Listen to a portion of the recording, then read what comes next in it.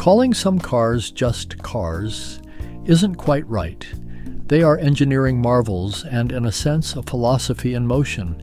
Here you will see 11 classic Mercedes models that, if reproduced and brought to market today, would shatter all sales records. These vehicles are a genius born in the wrong era. All the cars in this video fall into this category. When you look at the history of Mercedes-Benz, you see that this is no ordinary nostalgia tour. Some things have been done right once and have never been done quite that right again.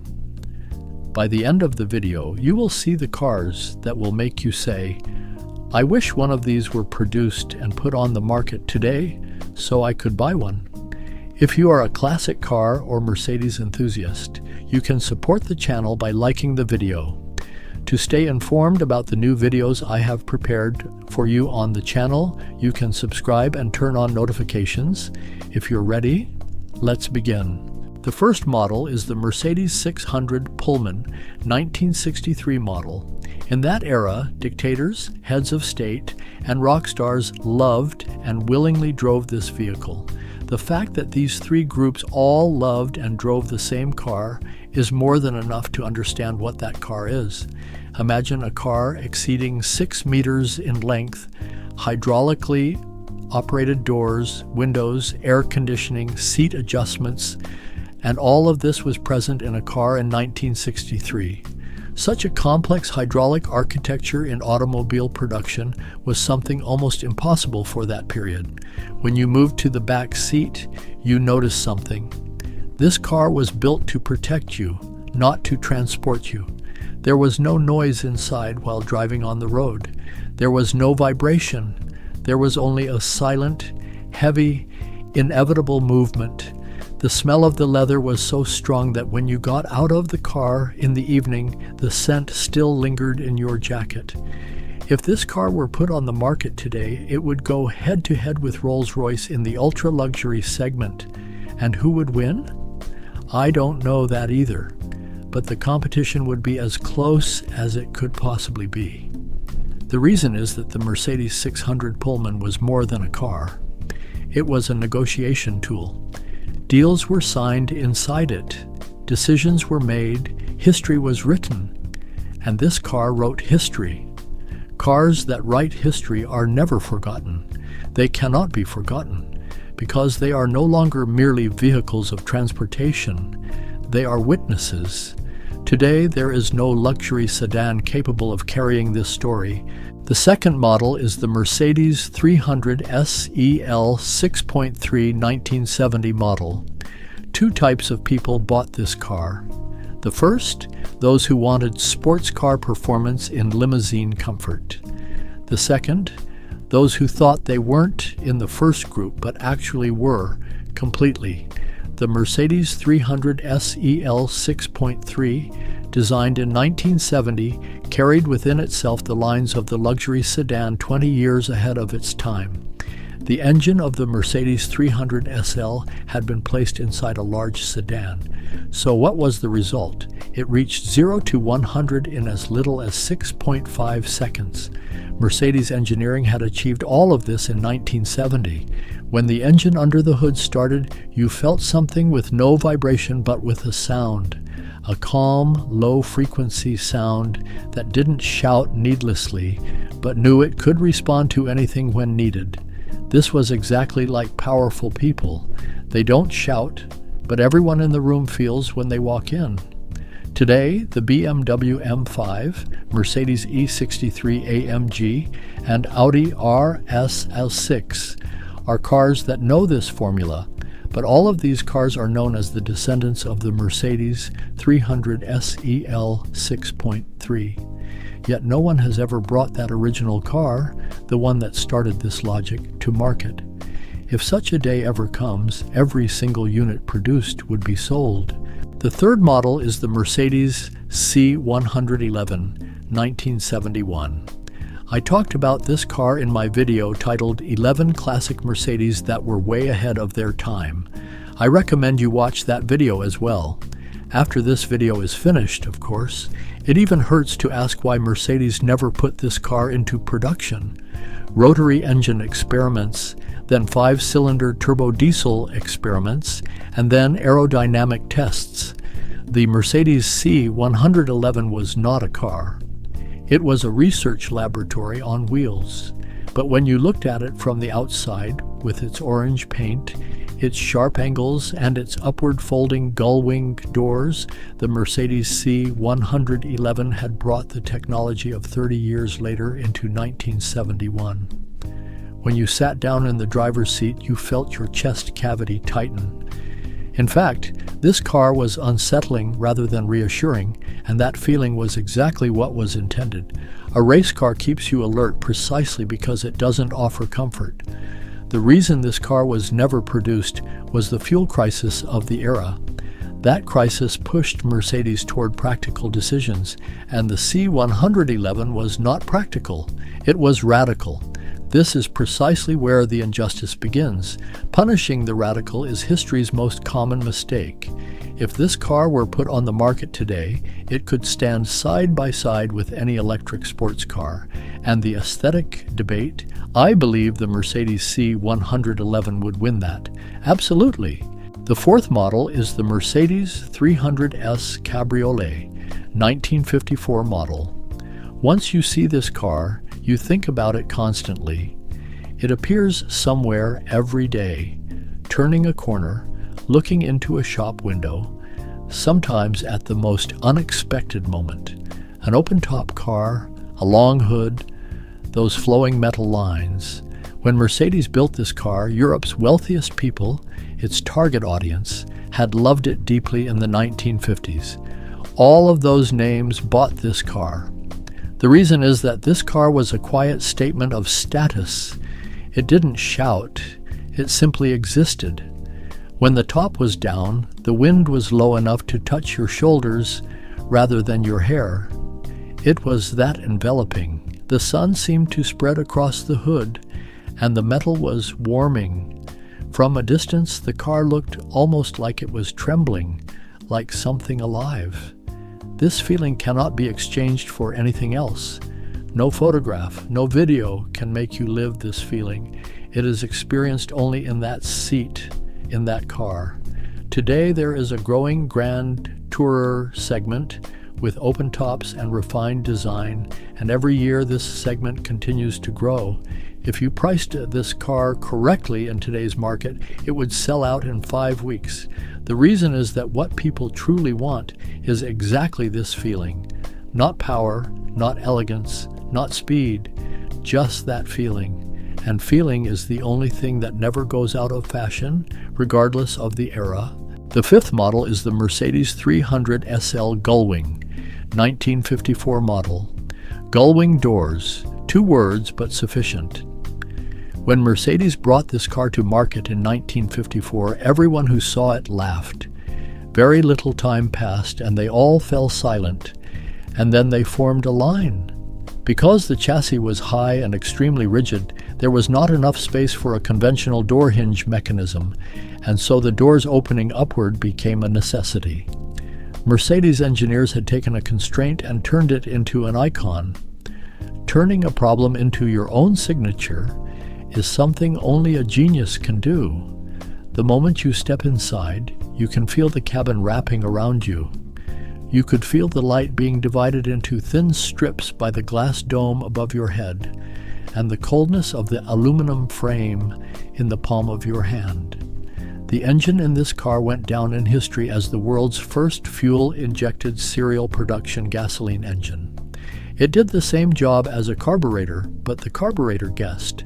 This engine measured, and that was the difference that changed everything. Who wouldn't want this car today? I believe everyone would very much want to own this car. The lines would stretch past the door.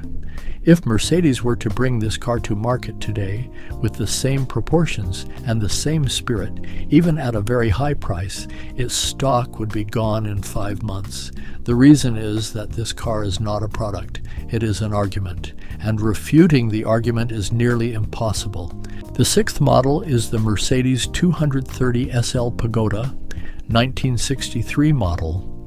This car got its nickname Pagoda from its roof. That unusual inward curving metal ceiling was reminiscent not so much of architecture as of Japanese temple roofs. And this roof was not accidental. It was a deliberate decision made for structural strength. The flatter roof was more rigid and would protect you in the event of a side impact. Aesthetics was the reward of engineering, not the goal of engineering. These two things are very different from each other.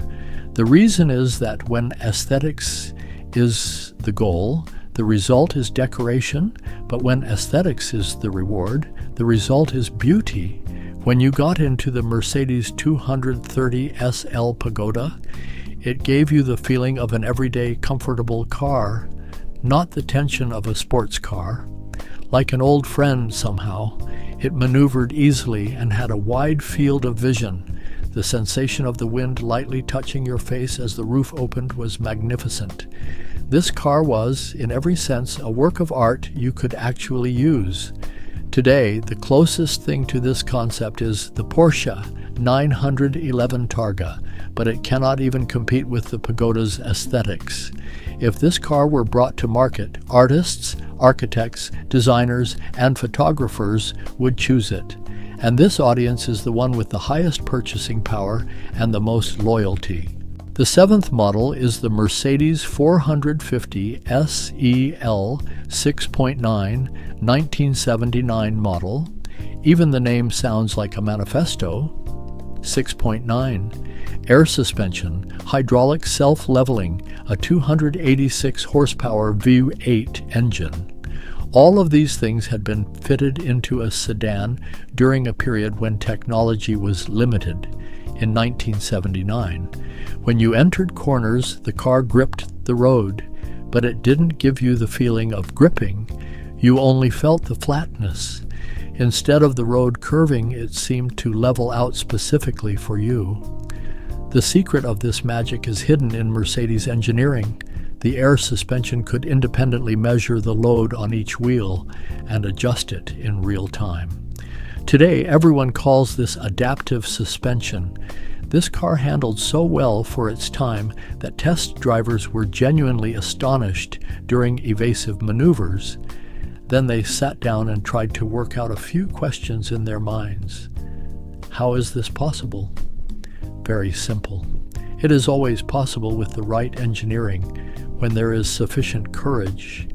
Because courage is expensive, there is never quite enough of it, but the market only loves cheap courage.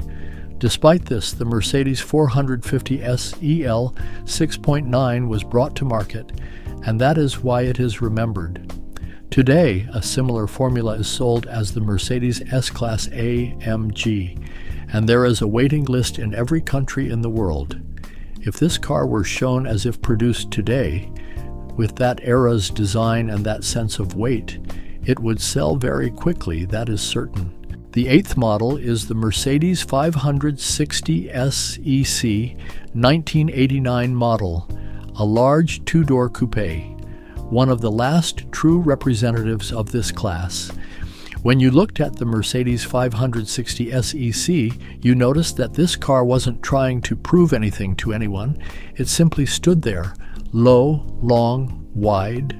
When you opened the door, you felt its weight, the thickness of the metal, the solidity of the hinges. The moment you got in, all sound disappeared. The noise of the city was cut off the instant you closed the door. The electric motors in today's cars struggle to achieve this level of insulation, but the Mercedes 560 SEC accomplished this through pure engineering very successfully. When your hands touched the steering wheel, the leather was cold, but after 2 or 3 minutes, it began to warm to the temperature of your hands. This detail may seem like a very small thing, but that feeling truly made you feel that you were inside that car, that you were present there. Today, the two-door luxury coupe segment continues to grow in both Europe and Asia. If someone were to enter this segment today with exactly this car's character, it would create an aesthetic statement that none of the competitors could answer. The ninth model is the Mercedes 300 SLR, 1955 model. This car became the most expensive car in the world in 2022. There was only one left. Mercedes took it out of its own collection and put it up for auction. The reason is that everything has a price, and the price of this car was set at 160 million euros, and that figure was written into history. Juan Manuel Fangio and Sterling Moss drove this car. When these two names come together, no further proof is needed. What the car is has already been understood. An aluminum body, 300 horsepower, and an incredible balance for its era. On the racetracks, this car didn't simply content itself with winning, it humiliated its rivals. The reason for the humiliation was that the gap was not merely technical, but philosophical. While the rivals were trying to build a better car, Mercedes was trying to build the right car. And the distance between these two goals can sometimes be as wide as a galaxy. And when you stop there and think about it, you ask yourself the following question. If this car had been produced in 100 units in 1955, and those 100 units existed today, what would the automotive world look like? The answer is simple. The collector market would have been built on an entirely different axis. And if someone were to own one of those cars today, they would not simply own a car, they would own a piece of history. This difference, I believe, should never be underestimated. The 10th model is the Mercedes CLK GTR, 1998 model. There is also a racetrack version of this car, but we will be talking about the road version. Only 78 units of this car were produced. Finding one today is very difficult, and the price has always been more than 5 million euros. When Mercedes wanted to bring the CLK GTR to market, FIA regulations imposed restrictions, and the production number was kept at the minimum legal limit. You could smell the race car the moment you got in: synthetic rubber, carbon fiber, a faint smell of oil. When you sat down, you leaned back against the rear of the seat, and the seat wouldn't let you go. When the engine started, your chest cavity would tremble. This is not an exaggeration, it is a physical reality. Then when you pressed the pedal, the world shrank, everything around you blurred, and only the road ahead came into sharp focus. This feeling can only be lived inside that car. You cannot buy it with money.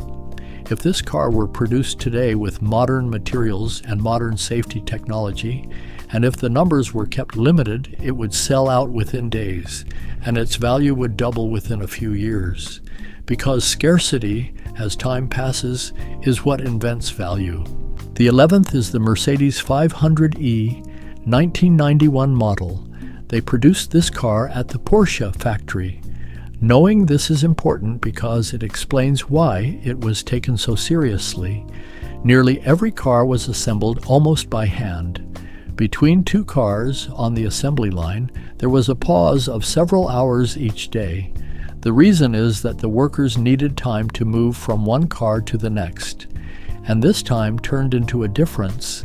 The result was a sedan that looked ordinary from the outside, but made you understand immediately why it was so expensive the moment you started driving. You understood it on the first corner. The steering responded, the center of gravity was perfectly balanced, and the brakes stopped you without throwing you forward. The Mercedes 500e was designed as a driver's car, but inside a luxury vehicle. Achieving both at once is difficult, because usually one destroys the other. Comfort kills responsiveness. Responsiveness eliminates comfort. The Mercedes 500e killed neither. If this car were being produced right now, it would find an unexpected audience. People who truly know the taste of a car would drive it. And when this audience buys a car, they don't let it go. They drive it lovingly for years and take care of it. This loyalty cannot be purchased with any marketing budget. If these 11 classic Mercedes models were produced today and brought to market, they could break all sales records. They could even leave today's cars far behind. Because each one of them was an engineering marvel, we have reached the end of the video. If you are a classic car or Mercedes enthusiast, I produce videos about classic Mercedes cars on this channel just for you. If you subscribe to the channel and turn on notifications, you can stay informed about the videos I have carefully prepared for you. I would be happy if you support the video by liking it. See you